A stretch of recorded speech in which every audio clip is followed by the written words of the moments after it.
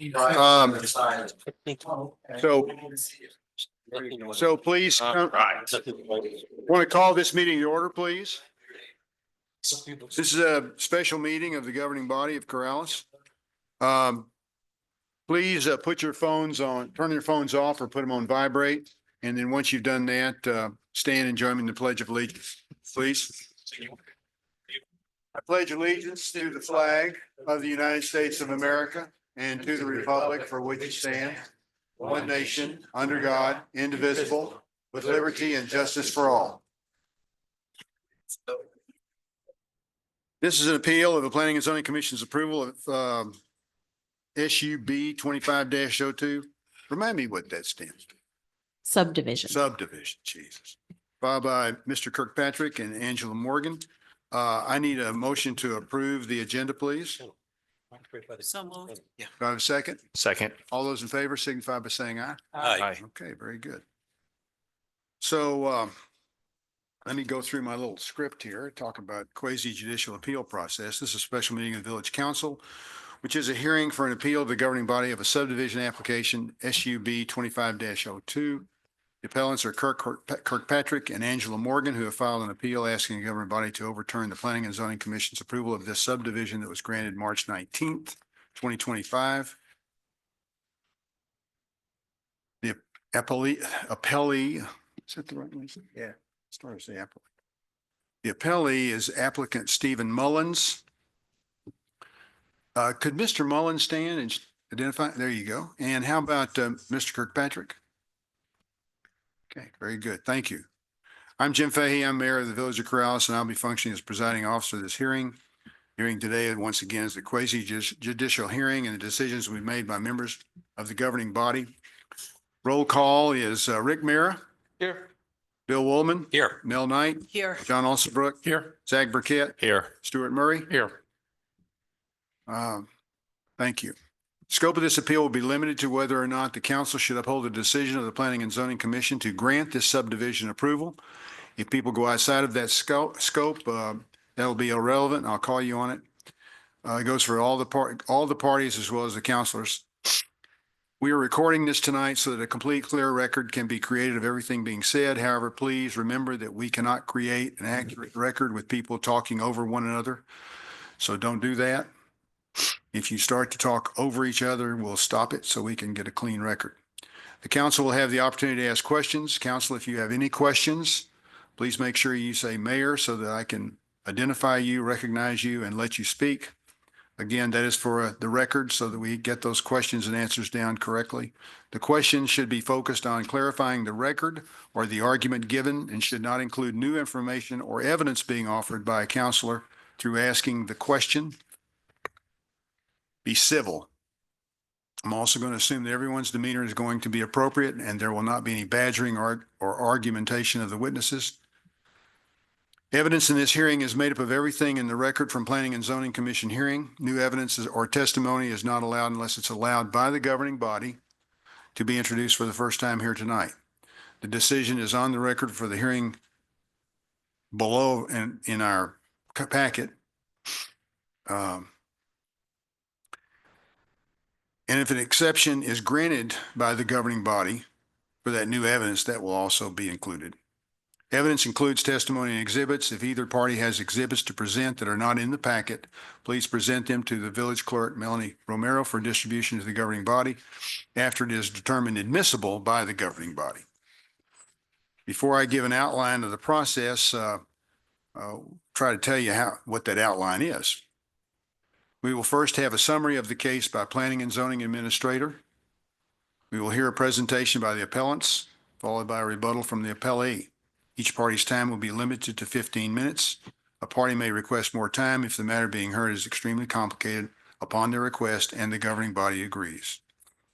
More time will only be granted if the council agrees.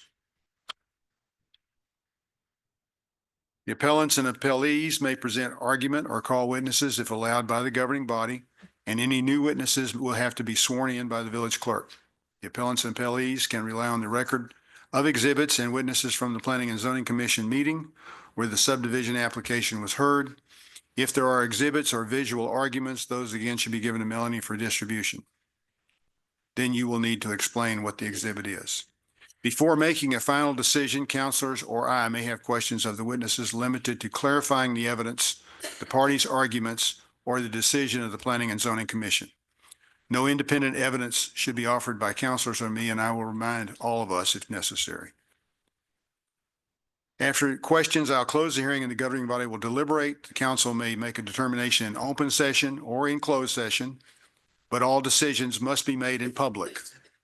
The governing body may grant the appeal and deny approval of the subdivision, or deny the appeal and uphold the approval of the application. Once a decision is made, then there will be a direction to our attorney to prepare a written decision and findings of fact and conclusions of law supporting the governing body's decision based on the facts established in the record. And that hearing date will be set for a time for a vote by the council as soon as practicable. After the approval of the final decision, the appeal will be concluded. You guys have any questions? Yes, sir. I just have one brief comment from a transparency standpoint. Okay. This is a property that I had looked at and spoken with a previous owner years ago about, and did sit down with Planning and Zoning Administrator Lori Stout and go over the plats on this property at that point in time. Everything we talked about was publicly available documents, so I don't think it represents any sort of conflict of interest, but just wanted to make sure that was out in the open. Yeah, I don't have any problem with that. Any other counselor have a question? Okay. Well, then let's begin. Laurie?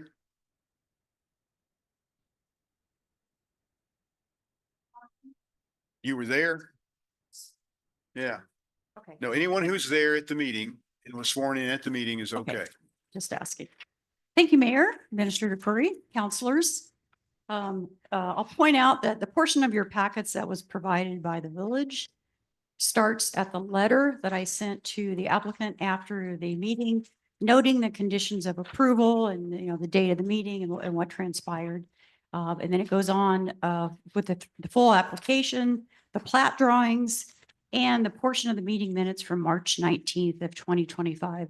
And I'll also point out that in two places right up there on your table, I have provided a large size of the plat because I know the ones online, the drawings can be a little difficult to read.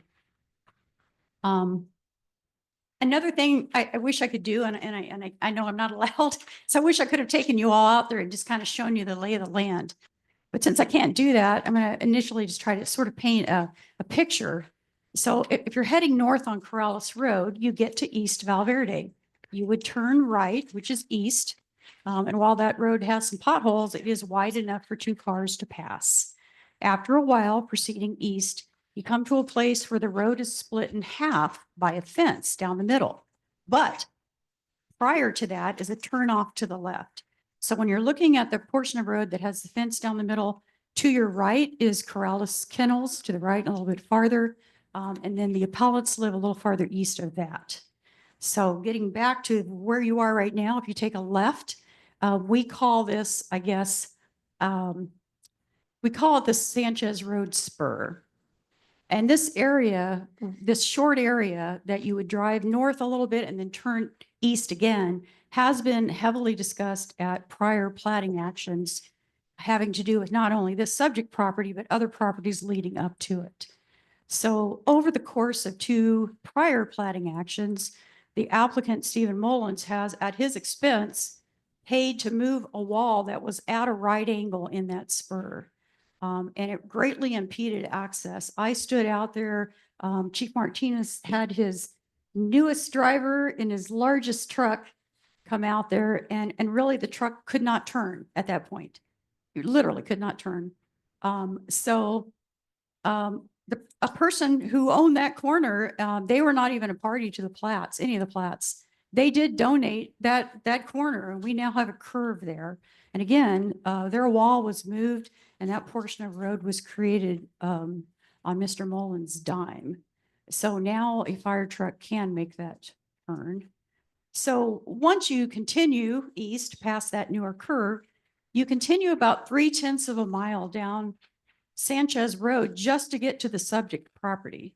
And that 3/10 of a mile stretch, again, used to be 12 feet wide. It is now 30 feet wide with only two small pinch points in there. that were again discussed at previous plats and accepted. There's a cottonwood tree in one spot that's allowed to continue living. It's beautiful. When it dies, it will not be able to be replanted in the road, but it's there. And the other pinch point is also very small and accommodates a well that was within that 30 feet. Again, Mr. Mullins at his expense paid to move that wall back 18 feet, reconstruct it 18 feet wide. He made the road wider. So getting to the matter at hand, it is worth mentioning up front that when Mr. Mullins bought this property, this 4-acre property, the subject property, it was 2 lots. In the past, he did drop that lot line in one of the previous platting actions. And I know it was his intent originally to live on all 4 acres, but plans change. Legally, he has 4 lots. He could have created he has 4 acres in the A1 zone. He could have asked for 4 lots. Instead, this is a preliminary plat that creates 3 lots on 4 acres. It was conditionally approved by the Planning and Zoning Commission on March 19th of this year. The conditions of approval that needed to be met before he can bring us a final plat were that the portion of roadway on his 4 acres be widened from 20 to 30 feet, and that he make and surface appropriately a cul-de-sac turnaround. East of his property is the Bosque and the river. So he has done this. I did ask our fire department if they could go out and just look at the new portion of roadway and the cul-de-sac. And in doing so, they also did look at what's being called the 18-foot tunnel or something like that. And I do have a letter that was not presented at the original platting action that you as a council would have to accept for either I to read or Chief Martinez to read. It's about 2 sentences, and it talks about when you turn off East Valverde and travel all the way down to the end of Mr. Mullins Road, how they view the improvements and the access. Okay. Do I have a motion to accept or deny? So moved. A second? I'll second. That's to accept it. To accept it. All those in favor signify by saying aye. Aye. Wait. Thank you, Councilor. Chief, are you okay with me reading it? Okay. So this is to Chief Martinez from Fire Inspector to John Pata, to whom it may concern. On May 8th, 2025, I was instructed to check Sanchez Road from the intersection of East Valverde to the far east end near the Bosque to ascertain if the road was accessible for fire apparatus. I found that the road was sufficiently wide, corners and turns easily navigable, and surface in good repair and acceptable for large apparatus. The dead end on the east end of the road provided ample space to maneuver apparatus. And that's really all I have, unless you have specific questions for me now. Questions? Yes, sir. Thank you, Mayor. This is Councilor Murray. So going back to where Valverde turns into East Sanchez, and there was a question about the narrowest part there. How wide is that where that north wall kind of bulges out? Well, how wide is that? It's 18 feet. And when you're going east on East Valverde and make the turn, there's ample radius, but then you do get into, I want to say it's about 50 feet long where it's 18 feet. Okay, so how about the portion of Sanchez that comes off Corrales Road and down to where East Valverde intersects?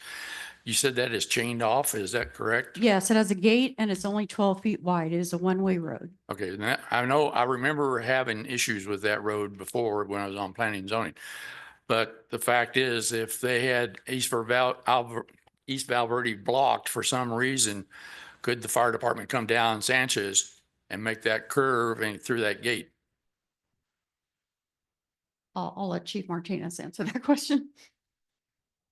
Do you want Chief to answer that question? I would like somebody to answer that question, yes. Chief Martinez, were you a witness at this in planning and zoning? Okay. Swear in again. Well, you've already sworn in. Were you said you were. I was there. Yeah. Did you Mayor, give Counselor. testimony? I did. Okay. Yep. You're good. Mayor, Council, can you repeat your question, please? Yeah, so Sanchez Road, it comes off Corrales Road, and it's blocked off by a gate and you say it's only 12 feet wide, but if East Valverde were blocked for some reason, could you get a fire truck down East Sanchez and down to the end of where the subdivision is going to be? It'd be a little more difficult, but if East Valverde was blocked, that is an alternate way in. Okay. And do you have keys to the gate then? I do not have keys. So you'd have to cut the, Bolt cutters and grinders and cutoff saws. okay, If the gate is blocked, that's how we're gonna get in. okay, thank you. Yes, sir. Council Burkett. I just have a question about I mean, most of the streets in Corrales don't have a secondary access. If the primary access is blocked off. I know my neighborhood, if our street was blocked off, there'd be no other way to come in other than, I mean, they'd have to get pretty creative. Yeah, to me, that's not important, whether there's a second way in or not. Okay. I Who think else it is raised from their a hand? safety point of view. You just need to explore these things to make sure that, you know, there are alternatives to get in there. East Valverde is not the easiest road to go down, by the way, No. And so I'm just wanting to make sure that we're having our bases covered when we look at this, appeal. Okay. Councilor Mira. Thank you, Mr. Mayor. On East Sanchez Road, which comes and then you talking about where that gate is. Counselor, can you speak into your mic, please? I'm sorry. On East Sanchez Road, where you're coming in, and we're talking about that one that goes straight, and then of course there's the gate. At least on the picture that they gave us, we have a 45-degree angle, I take it, and we're going to make a right-hand turn, but it also bulges out a little bit and bulges out on the 45-degree angle turn. Does that sound familiar to you, or maybe I should be asking that of P and Z? So Mayor, councilors, I'd be happy to try to address that question, but your description's a little confusing for me. I need a diagram to just. Okay. Would you like for us to open up the map? Where the walls over the alleyway. I have it right here. If you want to look, chief. Would you like me to show you? Well, yeah, I mean, it's that question mark. I think it's Yeah, they're two understanding the question. Right by the cross. It's a problem. Solution alleyway. It's, Yeah. I think that's the well. Where East Sanchez continues to make the turn? It's, Sure, Yeah. yes, you sure can. There you go. This is It's what, this see the little or the bump out? But speak into the microphone. See that little bump out? Here? Right here. Yes, no. Because it even has a There's a- question mark right there. Yes, Is that what the question mark is for? that's a well. Oh, whatever it is, how much space is there now? Because it was 18 feet. Did that take some footage away? Yes, Mayor, councilors, yeah, now, thank you for pointing that out. So during the construction of that was pointed out that it would be cost effective to relocate a well. So we allowed that little bump out, so there's a little bottleneck. But it's something that we can get around, and then it widens up again immediately. Okay, well, that first question, Mr. Mayor, was that's your first answer is the one that's important to me. It gets wider later, but that little bump out right there is not significant for the turning or the trucks coming in and out. Mayor, councilors, not at all. What was there before was really narrow and trees and stuff, but there's been a large improvement for emergency vehicles and access. Okay, thank you, Mr. Mayor. Counselor Alsobrook. Thank you, Mayor. Just a question. This may be for Laurie, Chief. Although it kind of overlaps both. I appreciate that there was a functional assessment of the turnaround. That's a great thing to actually go out there and try to do it. But our regs aren't written for functional assessments. Our regs are written for measured distances. So does the measured distance of that turnaround meet our requirement? You mean the first turn from East Valverde? No, I mean the cul-de-sac, sorry. Oh, yes, the Cul-de-sac. cul-de-sac does. It is a regulation cul-de-sac. Okay, all right, thank you. Any more questions of Lori? Yes, Counselor Knight. Mayor, just that most of the traffic that'll be coming in will be coming off of East Valverde and not Sanchez Road. Is that Correct. And that's been going on for decades. That's been happening for decades. In fact, what's kind of ironic is that the gate on this other part of Sanchez, where it comes off Corrales Road, the property owner who put the gate up comes in on East Sanchez as well. So, because it's easier. East Sanchez or East I'm Valverde? sorry, East Valverde. because it's, you know, two cars can pass each other, and while there are definitely some potholes, it's, you know, as private roads go, it's not the worst we've seen. Counselor Murray. Thank you, Mayor. This is Council Murray again. So on the proposed condition that the P and Z Commission put for that portion of the right of way on his property to be paved.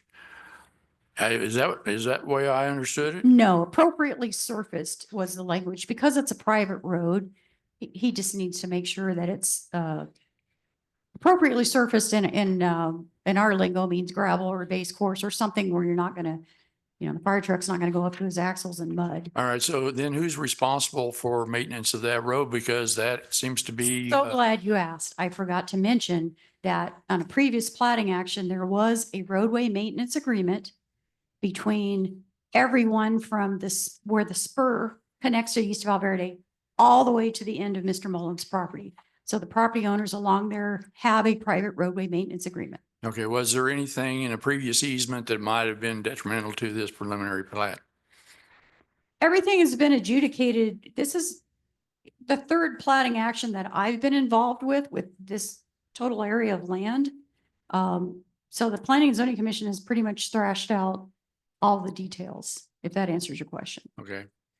I guess the other part is you're advocating, let me see if I can get over to that section on the drawing document.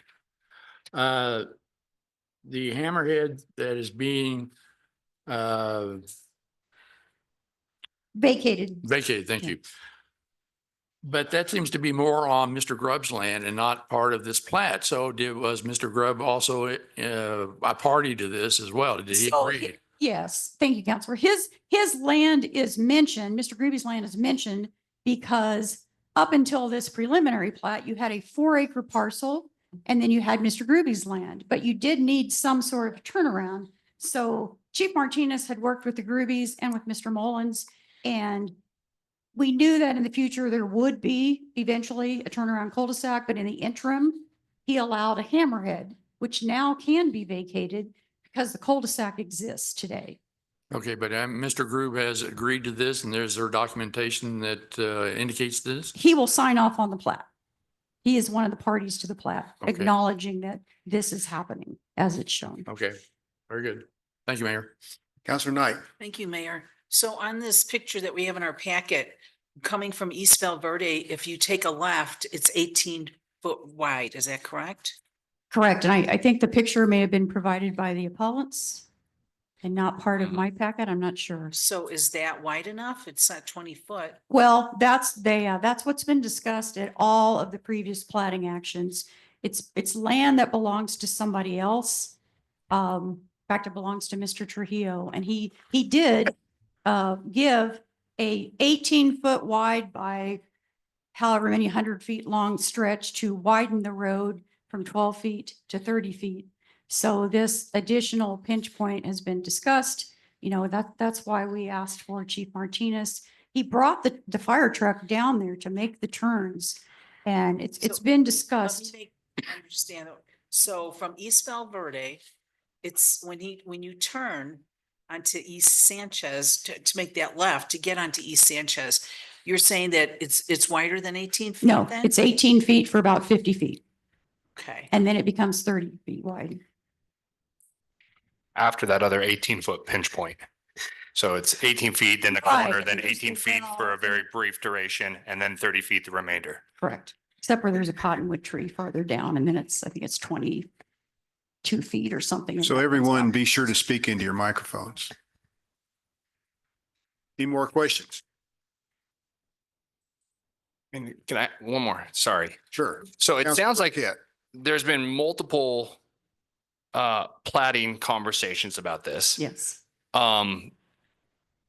Obviously, the 18-foot thing, I'm sure was not a concern to any of the neighbors when he was going from 2 lots to 1 lot, because everybody loves that idea. Including myself. I mean, to be completely honest, I wish every 2 lots would go to 1 lot. But had the initial action been going from 1 lot to 2 lots, would people have been and would planning and zoning been okay with the 18 feet? I think the same conversations would have occurred. There was a 4-acre piece of land that at the time, at the time of the first plat, was 2-acre lots. Right. With that 18 feet, it then went down to 1 4-acre lot, and now he's asking for 3. So I think the same conversations may have happened. I can't really speculate. Okay, so I just worry that at some point in the near future, people are going to say 18-foot wide access is okay because you guys said 18-foot wide access is okay. I mean, Counselor, there's, this was something we did discuss at length. When you've got multiple property owners and someone upstream, so to speak, has a less than ideal access on their property, I don't know that we can compel them to change their road to suit someone downstream. And I also don't know that we can deny development rights. Right. No, I agree with both of those points. I mean, I think the sequence of events was fortuitous as far as people not having issues, because I'm not sure. I mean, I don't know, technically, are we even reviewing? What are we reviewing? The stuff that's actually on the land right now for the appeal, or the stuff towards the land? All of it. We're reviewing what they approved at planning and zoning. So you're drifting out into the netherworld. Geographically and, okay. Correct. So what this plat entails is on that drawing. It is 4 acres being made into 3 lots with a 20-foot roadway on that property, now expanded to 30 feet, and a regulation cul-de-sac. That's what was approved by P and Z Okay. with the knowledge of what had come before. Okay. Okay? Thanks. Anyone else? Lori, thank you very much. Thank you, Mayor. So now we'll hear from the appellants. Mr. Kirkpatrick or Angela Morgan. So Angela Morgan, you spoke at the Planning and Zoning Commission also. Yes, sir. So you've been sworn in. Okay. You're still sworn in for this. May I present new You- evidence? Go right ahead. Well, I'm sorry. Oh, wait a minute, wait a minute. You're presenting more information? Yes, new information. I need a motion. Can I just find out the nature of said information? You sure can. Yeah. So there's maps and information that is not in any of your previous material. Yeah. So we need a motion to, okay. Do I have a From- it's- motion? Well, just a second, Mr. Mayor, just a follow-up question, but how does that change anything that has been presented in our packet? Or does it? Does It's it more provide- detailed and it actually answers many of your questions that you've been asking. Is it any different than what we have in the Yes. big drawing? Yes. What Yes. is the source of the map? Basically neighborhood knowledge from living there. Okay, Um, so not an official map. It's a hand-drawn. Some of it's official maps, but it's taken right from official maps. Your choice. Do I have a motion? I move to accept the new evidence. I'll I'll second sec- that. I'll second that. We have a second? All those in favor signify by saying aye. Aye. Motion All right. passes. Thank you very much. So my intent is to talk about things that you would only know that you live, if you live there. And I've lived at 601 East Val Verde for 22 years with my husband. We built the house. And so we've gone through this process of platting and approvals and so forth ourselves. So I'd like to beg your patience a little bit and basically talk about some history. So the first page is taken straight from the plat. So this is the easement between my property and Michael Stoffel and Rebecca Emily, and they live next door to me. And the easement is actually on their property, the end of their property. So I wanted to explain that note that says no access. I think in passing, you wouldn't know unless you had lived there why it says no access. So the reason it says that is the result of the village council, a meeting just like this one. And the village council's decision is on the the other page. So I'll go into story time here a little bit. So back in 2008, the previous owners of that 4-acre Bosque lot had tried various maneuvers to repurpose Paseo de Lovato as their development access. And so this last maneuver was to buy the house that goes along with this easement so that they could repurpose Paseo de Lovato as their development access. We can certainly. And one thing I should mention at the get-go is everyone along Paseo de Lovato has always opposed developing that 4-acre Bosque lot into a subdivision. And people have come and gone along Paseo de Lovato. I've been there the longest, except for Gabe and Yolanda Lovato, which the name is named after.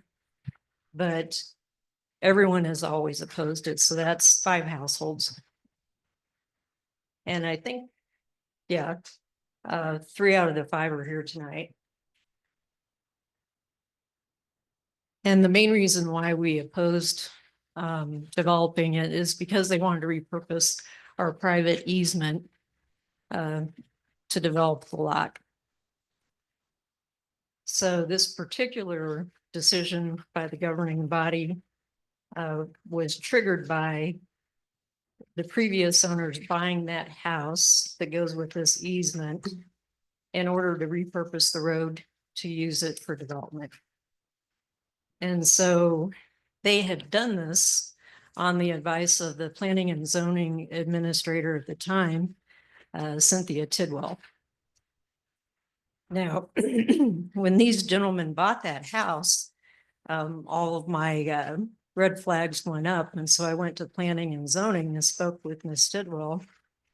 And that was the only time I ever spoke to her, but I learned 2 important things very quickly. She did not know the laws governing private shared easements and corrales, which you would think a planning and zoning administrator would. And she seemed to be confused who she worked for. I thought she worked for the village of Corrales rather than would-be Bosque developers. She seemed to think the opposite. So, that was good news, that decision. It shut down, these particular owners from trying to repurpose our private easement for development. But what happened in the aftermath is interesting.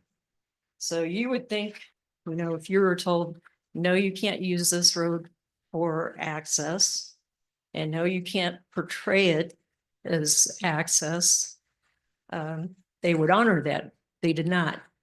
They put a culvert in the irrigation ditch so that they could drive across that easement to their property. And not only did they drive across it, our neighbors that lived on the Bosque end of Sanchez Road started using it as their access because it was a lot better than the access they had. So this went on for, the better part of 10 years until the house finally sold. And along with it, that easement.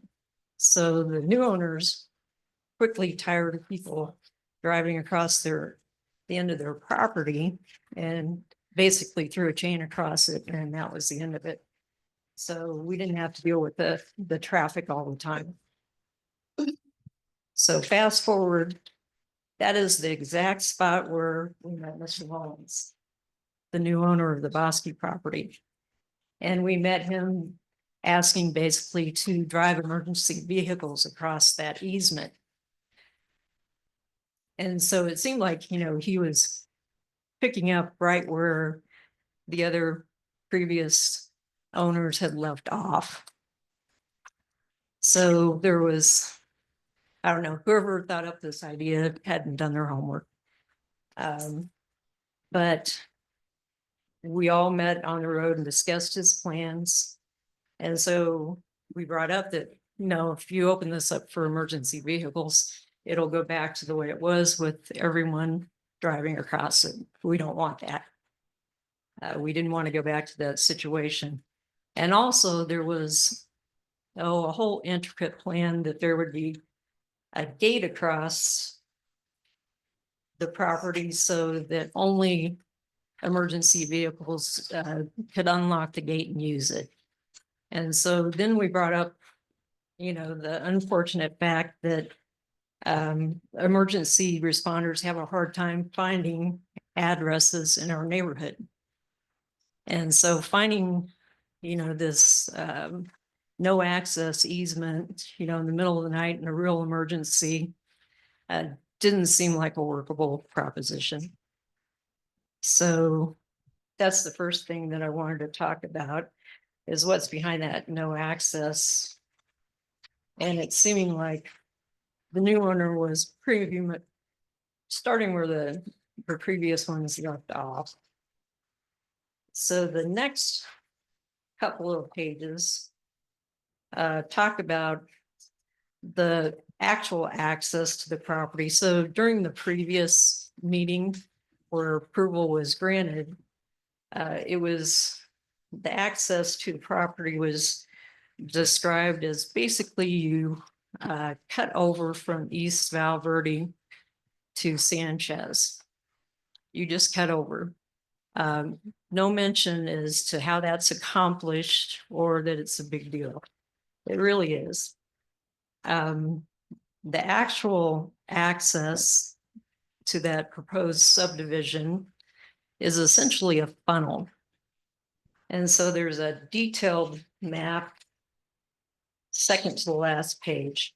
Now that's hand drawn off of actual maps from Google and just online maps. But details are added that we know because we live there. So if you want to see the uncluttered view, that's that first page that's taken off the, just Google Maps. And the hand-drawn one has dimensions and directions and so forth. But the big end of the funnel, the mouth, is the 30-foot new widened access on Sanchez Road. The funnel tapers down to that 18-foot walled alley. And those are concrete block walls at 18 feet. There's no give at all. You're not driving off the side of the road to allow two-way traffic. So that was discussed at the last meeting. The fact that it's deemed adequate for emergency access for fire trucks. And the last page shows some testimony from Chief Martinez where he actually says that he would need two-way traffic because he would have to run 5 to 6 tanker trucks. That's not possible. And it's also not possible to get fire trucks down Sanchez from Corrales Road. That road's 12 feet wide in some spots.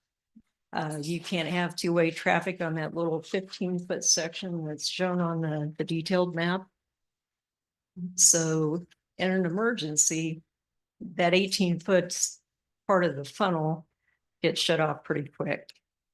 And then kind of the cherry sitting on top is that bad intersection of where East Val Verde turns into Paseo de Lobato. There's 2 side-by-side roads next to Paseo de Lobato is, we could call it the Kennels Road. It goes down to Corrales Kennels. So the importance of this intersection was brought up at the sketch plat meeting. Commissioner Harper brought it up and said if there was to be any further subdivision of that Bosque lot, he wanted to see some cure for this intersection. And I should say this intersection meets no codes, DOT codes whatsoever. There's 4 roads coming together. There's not 90-degree angles between them. There's no line of sight triangle whatsoever. There's no signage. And everyone has to go through that intersection. So on this page, it shows basically the road going down to the Kennels, that's had 8 residences. On Paseo de Lorato, that's 5. Sanchez, 5. So hardly anyone actually, except the people that live on Sanchez, go through that funnel.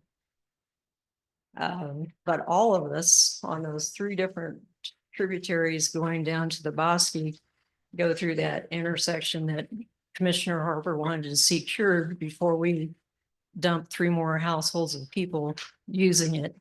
Should also manage, Krause Kills, of course, all the traffic from that goes through that intersection.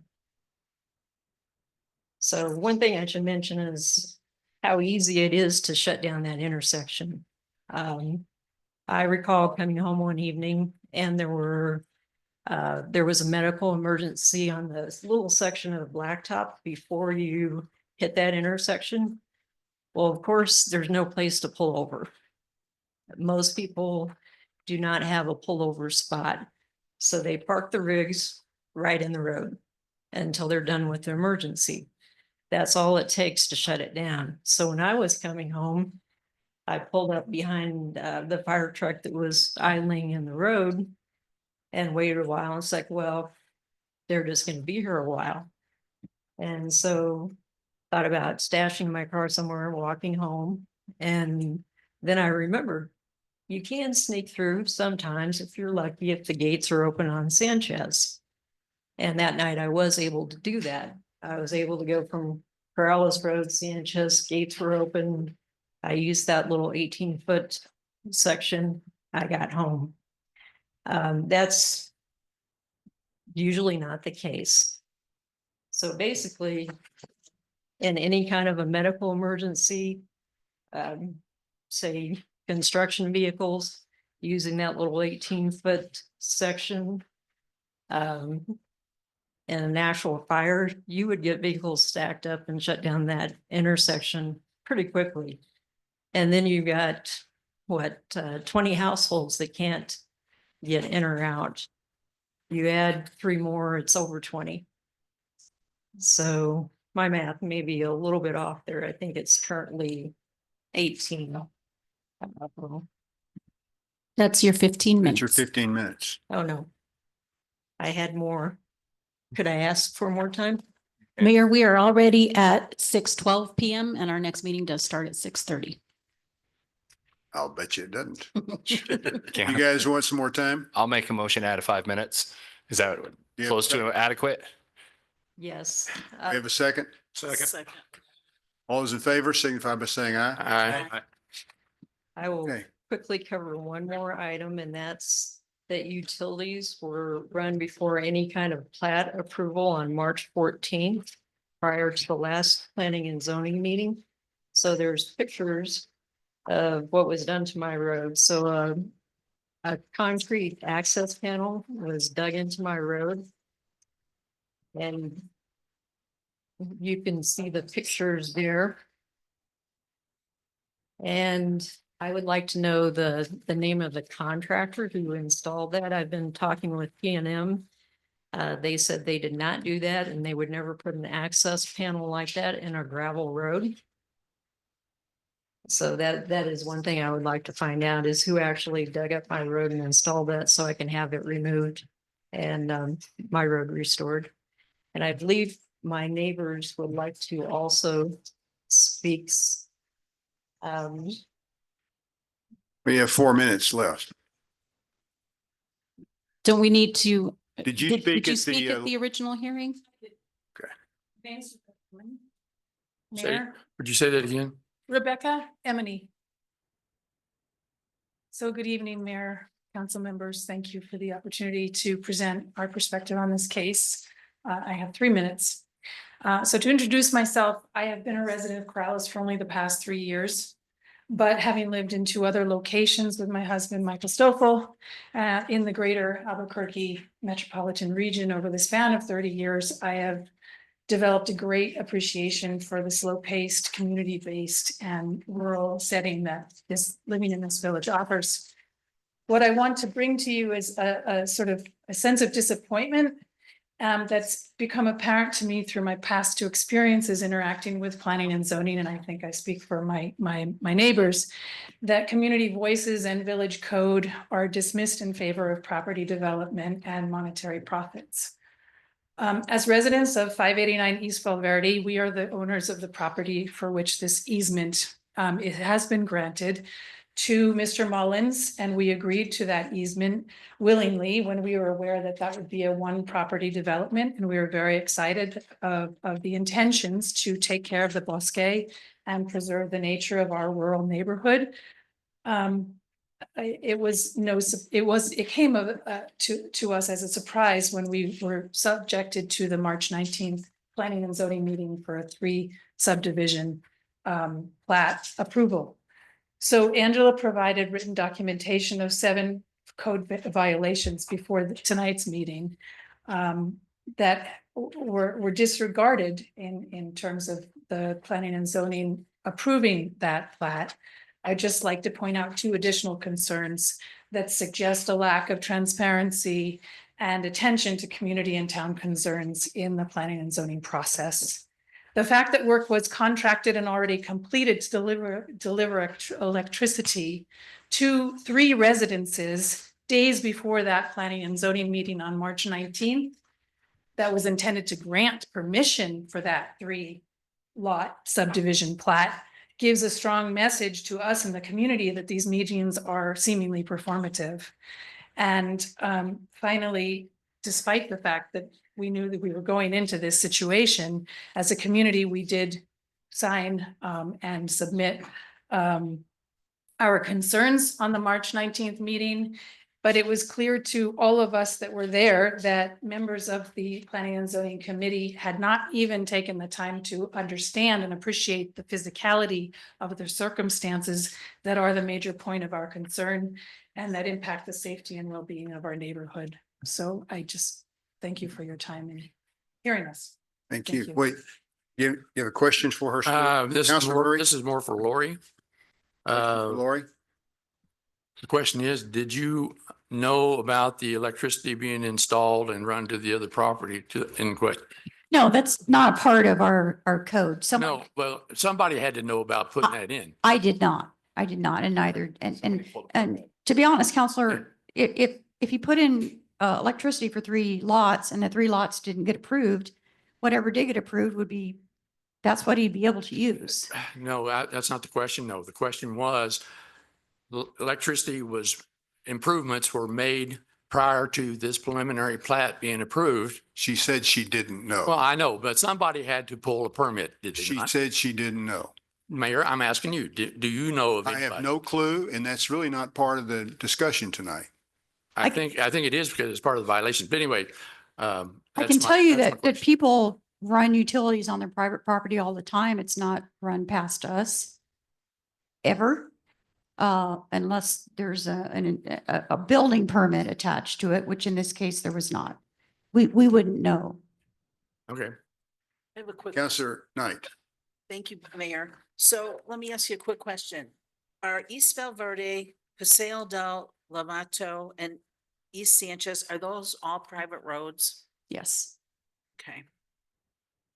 Who owns Paseo del Lavato? Various people. No. They are not accessed by Lands of Mullins, however. They're not ever driven down to get to his property. They are past the turnoff to his property. So there's no way to get to his property from Paseo del Lavato? Correct. That easement that was referred to was put on a plat 15 years ago. It's an emergency easement only. It's not for the use of Lands of Mullins. Chief Martinez could use it if he needed to, or Okay, turn around. Thank you. Councilor Osterbrook, did you have a question? No. Okay, Councilor Burkett? Yeah.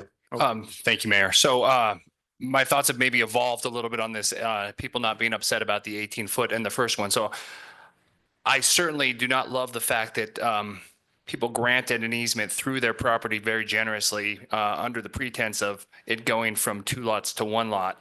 And I do think that the burden for public good changes significantly when you are subdividing, when you're going from 1 lot to multiple lots. So I don't know. I mean, I'm having a little bit of heartburn about these 18 feet because I know we've had other properties in the village that have been south of 30 feet that we've held up development on people for that specific thing. And I do think despite the fact that previously when it was going down to one lot, that it was fine. I agree with your point. We can't limit someone's access to their property. But I think as soon as they subdivide that and are trying to expand to more properties, then I think that my opinion changes on that.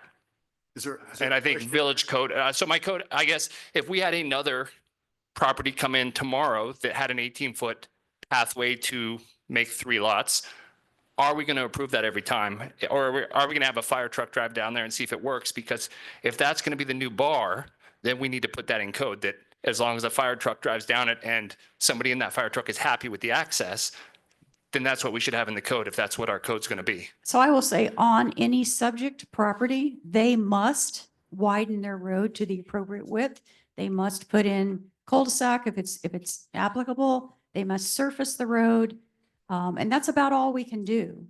Okay, so we don't have to, if they're subdividing, we don't have to have access to the subdivision, doesn't have to meet code? Well, in general, what happened initially was when there were two acre lots, there was no access. So that's why Mr. Mullins had to go very far afield on some other properties that were in plating actions and drastically widen what he could. Right. And I agree with your point. I mean, he made dramatic improvements to that access. But I also think that when you go to more lots, then you change the dynamic a little bit. You're no longer limiting someone's access to use their property. You're limiting someone's access to commercialize their property. And in my opinion, that's a different thing. Councilor Murray. Thank you, Mayor. I presume then that the subdivisions that come off of East Valverde and Sanchez were platted long before the village even became a village. Correct. So consequently, we had no regulations in place that limited the size of the road. That's my understanding. I can't imagine we would allow a fence down the middle of a very narrow road in any plating action. I would certainly hope not. So I'm assuming So these the happened, conundrum we have is prior to the village becoming incorporated. Correct. Okay, but thank you. we inherited some issues, I guess. I know. Anyway. Any more questions? Okay, thank you, Lori. Mr. Mullins? It's your turn. I testified. Yes, sir. I'd like to, how much time do I have? 15 minutes. In the microphone, please. Could you please identify yourself too? Yes, I'm Stephen Mullins, landowner. You can pick it up if you want to. That's okay.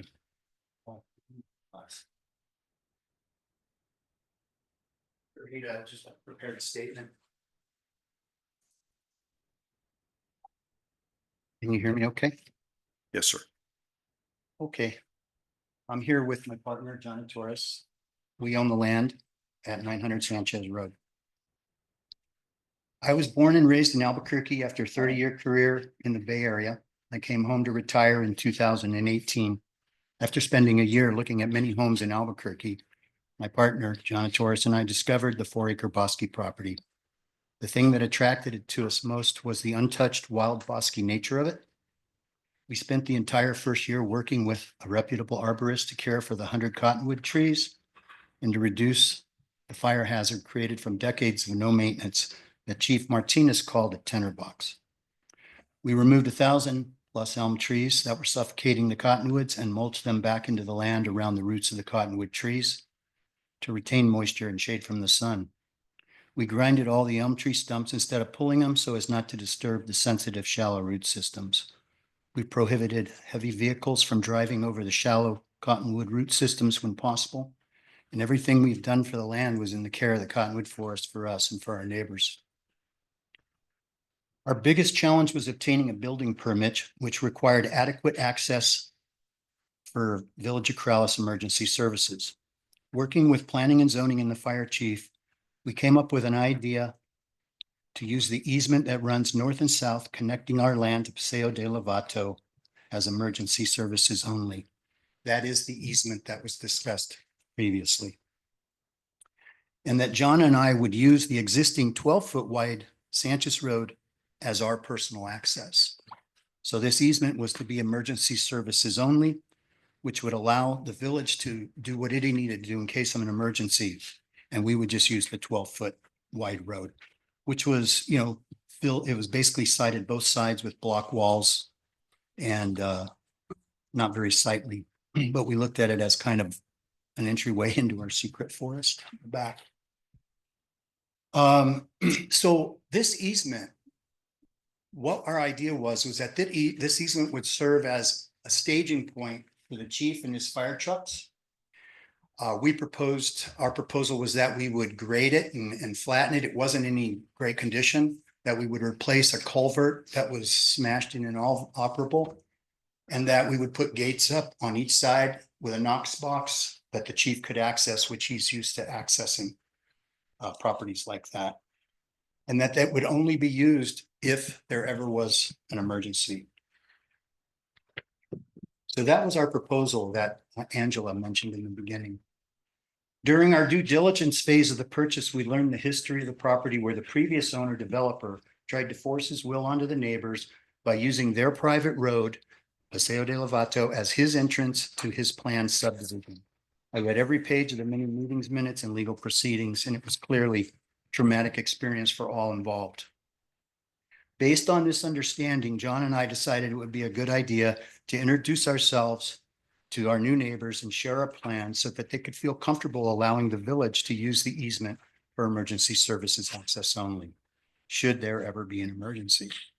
In attendance at the meeting were Angela Morga and Michael Rebecca Stoffel. Angela informed us up front that Kirk doesn't want to hear anything you have to say. She also said, before you start showing us your plans, I want to ask you a question. Are you still going to buy the land when you find out you can't get a building permit? We thought it was odd that Angela believed she had the power to keep us from obtaining a building permit. Angela also informed us that we don't want anyone back here. These are quotes, and that we like it the way it is, and that we considered to buy it, but we didn't want to spend that much for a backyard. This is why we're here tonight. This is the only reason why we're here tonight, is so that Angela and Kirk can have their 4-acre backyard like they've gotten used to over decades.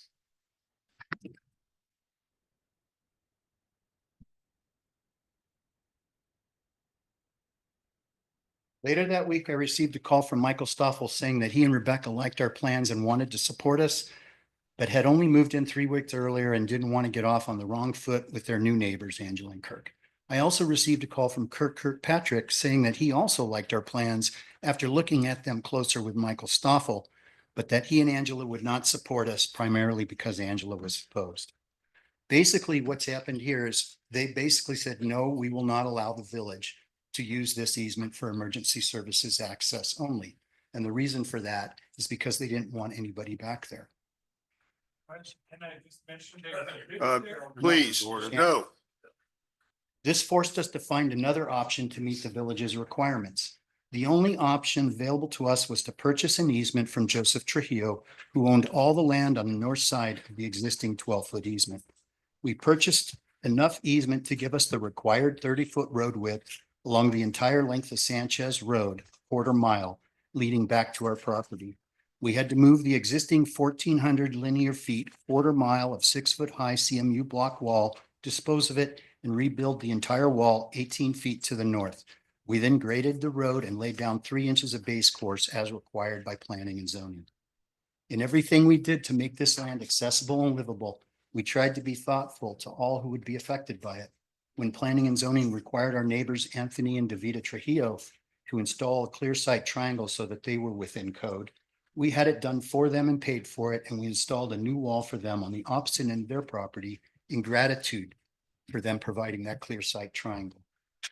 When I asked Michael Stoffel if we could use our shared north and south easement as a utility easement for PNM and New Mexico Gas, he said that he would agree to it if I could convince PNM to remove the overhead lines and the related easements that were stopping him from building his new jewelry studio addition. So I hired our contractor to provide us solutions for Michael, and I met with PNM twice on site and asked them to clean up the mess of utilities once and for all as part of our project, and I gave them the contractor's solution to Michael's problem, which is exactly what PNM did for Michael and Rebecca Stoffel. I believe our work on this saved Michael $50,000, the estimate he had obtained from PNM earlier the year. On the other hand, when PNM and New Mexico Gas asked Kirkpatrick if they could extend their existing utility easement an additional 5 feet to reach an existing MRGCD easement, thereby being able to pop over into our property, Kirk said no. The result was we had to spend $30,000 to trench and bore all the way around from the south instead of the $1,500 PNM had originally quoted me. In addition, New Mexico Gas Company line extension cost us $23,000 instead of $0 for the same reason. New Mexico Gas will extend their line for free as long as, because they make their money when they hook up from that extension to your home. So they gave me an estimate of $0 and it ended up costing $23,000. The benefits of our work for the village and the neighborhood are evident. Sanchez Road is now a model of safety and our 4-acre cottonwood forest is healthy and no longer a fire hazard. Unlike our neighbor's road, Paseo de Lovato, where they are not compliant with village requirements. Their road is only 15 feet wide, impossible for residents to escape a fire while emergency services are rolling in, and no way for a fire truck to turn around to get more water. Perhaps my neighbors should look at their own property and their responsibility to their neighbors. Our original plans were exciting. We had a home site on the east and a natural opening in the forest, and a small farm on the west end where it was open and sunny with no trees. We would grow fruit and vegetables and participate in the growers market and local food banks. However, the unexpected exorbitant costs and the high property taxes per acre combined make it cost prohibitive at this point for us to keep all 4 acres and still build our home. Unfortunately, we are now forced to downsize our plans and sell a portion of the land to recoup our home building funds that we spent getting the property to this point. Hence our application for subdividing. Here's the irony of the situation. In our original meeting with our neighbors, we asked for emergency services access for the village in case there was an emergency. And the village planning and zoning was prepared to give us a building permit. And we were fine driving down 12-foot wide Sanchez Road. And we never would have been able to subdivide. We knew that. But our neighbors said no. And so we were forced to build a 30-foot wide road that we didn't plan on building and everything that goes along with it. That's what put us in this situation where we're asking for a subdivision.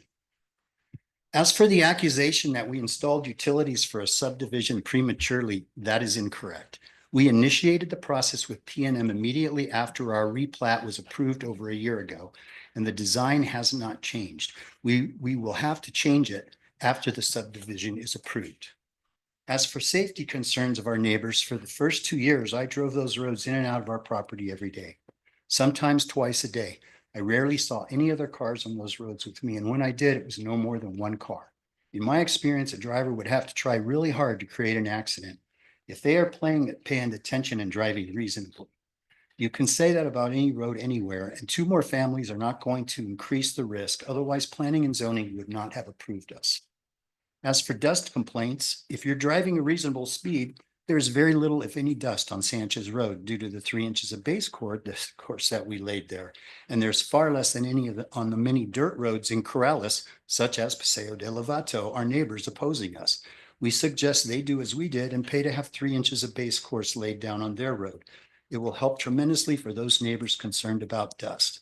As for East Valverde, it's a good wide road, but it needs maintenance. For decades, Mr. Trujillo has maintained that road for free out of pride. Last year, he told me he may not do it anymore because none of the neighbors who use it want to contribute to the cost of maintaining it. As for these public comments that we've read that were submitted online, they're disheartening, especially to see a couple signatures of those neighbors who we've helped along the way. That hurts. But it isn't just disheartening, it's slander and it's defamation. We are being harassed. We haven't even moved here yet, and our reputations are being trashed by a few neighbors to help their own selfish motives. These lies have been formulated to convince you that we are manipulative developers out to make a fast buck, and it's not true. For the last 3 years, we've not only followed all of the Village of Corrales' codes, processes, and requirements, but we've gone above and beyond to contribute to the safety, well-being, and preservation of our Bosque neighborhood. In closing, we want to thank Planning and Zoning for their guidance and support through this entire process. Thank you for your time, and I'm happy to take any questions. Any questions? I would like to get up and speak. I'm Jared Ruby. I'm the owner of the adjacent property, Stephen Mullins.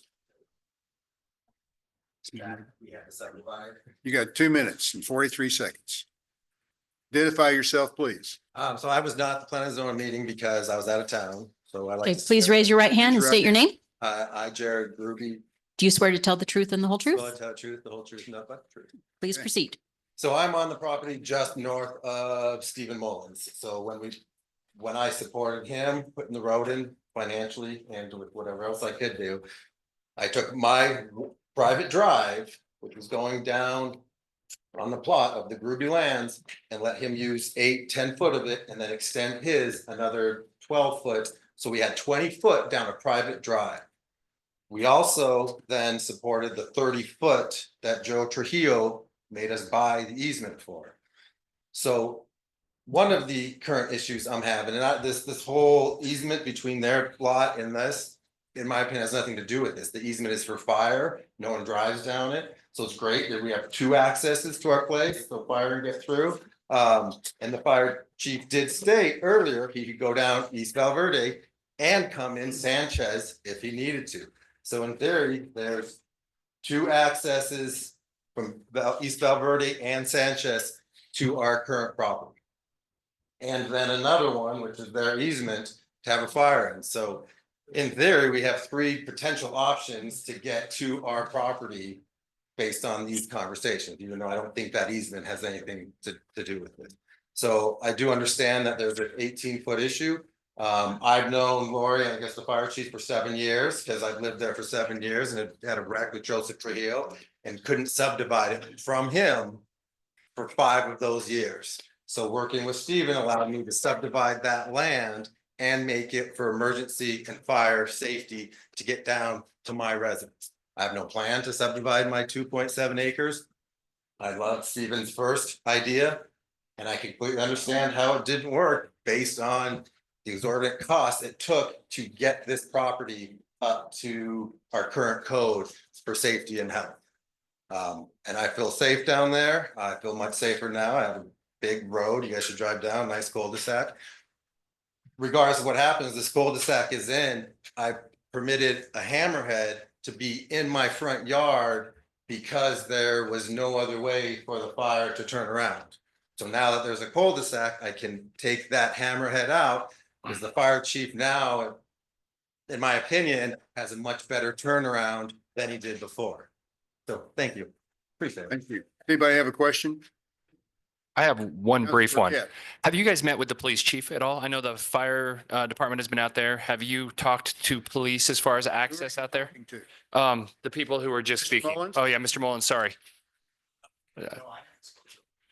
Okay. The reason I'm asking, so section 1880 of our village code on subdivisions says that road has to provide adequate access with a minimum of 20 feet width unless the police chief and the fire chief say that they think it is safe. We obviously have one that is stating that already. My guess is the police cars can get by if the fire trucks can, but I think to check the boxes that we would need to check, we would need to have the police chief do that, but that was my question. Okay. Anyone else? Okay, thank you. So now we'll move on. So we've heard from both people. We've asked questions. Nobody has any more questions. Okay. So are you guys ready to go into a closed session? Or you want to discuss it in an open meeting? No, I would sorry. like to go into a closed session. Second. We're going to go into closed session. I need a motion to go into closed session. I'll second the motion. Second. I made the motion. Okay, we have 2. NMSA, It's at the bottom of your script, Mayor. NMSA 1978, section 10-15-1H3. We're going to move into closed session in connection with an administrative adjudicatory proceeding. Thank you, Melanie. We need to vote on. So, Okay, the meeting recording will be paused. We need everyone to please leave the There- council chambers. There has to be a motion to go into closed session, doesn't there? Oh, did, you made it. Did you We didn't vote? Vote though. Oh. Yeah. all those in favor, oh no. Counselor Murray, Yes. Counselor Burkett. Yes. Counselor Alsobrook, Aye. Counselor McKnight, Aye. Counselor Woolman. Aye. Counselor Rivera. Yes, sir. Romero, Yes. Miera. You guys got to step out for a few minutes. Yes, Yeah. ma'am. Be easier for the 8 of us to step out. Need to move around. It's okay. Just wave at me and just get up Okay. and move I'm around. good. I'm good. I got my GABA pen. Good. Okay, 900 milligrams a day. recording is back in progress. Okay, the meeting is back in session. I need a motion. No, I need a motion to come back into session. Oh, are we on? I move. Yes. We have a motion to come back into session in a second. I'll second. So Counselor Knight made the motion. And Counselor Counselor Murray Woolman seconded. Okay. Counselor Murray, how do you vote? Yes. Counselor Burkett, Yes. Counselor Alsobrook, Aye. Counselor Knight, Aye. Counselor Woolman. Aye. Counselor Miera. Yes, sir. Okay, so now before us, we have an appeal. I don't think all the relevant parties are back in yet. Okay, I can still talk. Yeah. Yes, you can. The governing body may grant the appeal and deny the approval of the subdivision application, or they can vote to deny the appeal and uphold the approval of the application. So do we have a motion? I will make a motion to deny the appeal with one condition that we do get the required letters by both the fire chief and the police chief saying that they think it provides adequate safety access. I'll second. And a second. Any further discussion? Counselor Mira, how do you vote? Yes, sir. Counselor Woolman, Aye. Counselor Knight, Aye. Counselor Alsobrook, Aye. Counselor Burkett, Aye. Counselor Murray. Aye. So the appeal has been denied and we are upholding the approval of the application with the stipulation that we get letters from both the police chief and fire chief. Yes, sir. All right, that they have access to the property. Let's put it that way. Okay. The appeal is over. Oh, excuse me. We have to set up a time for,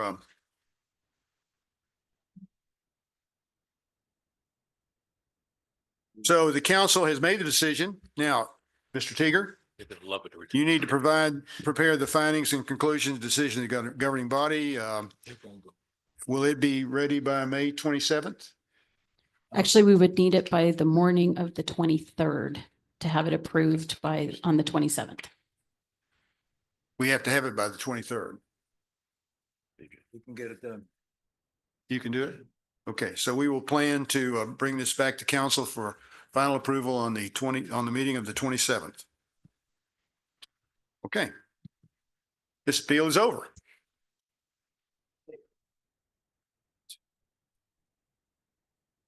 They don't want to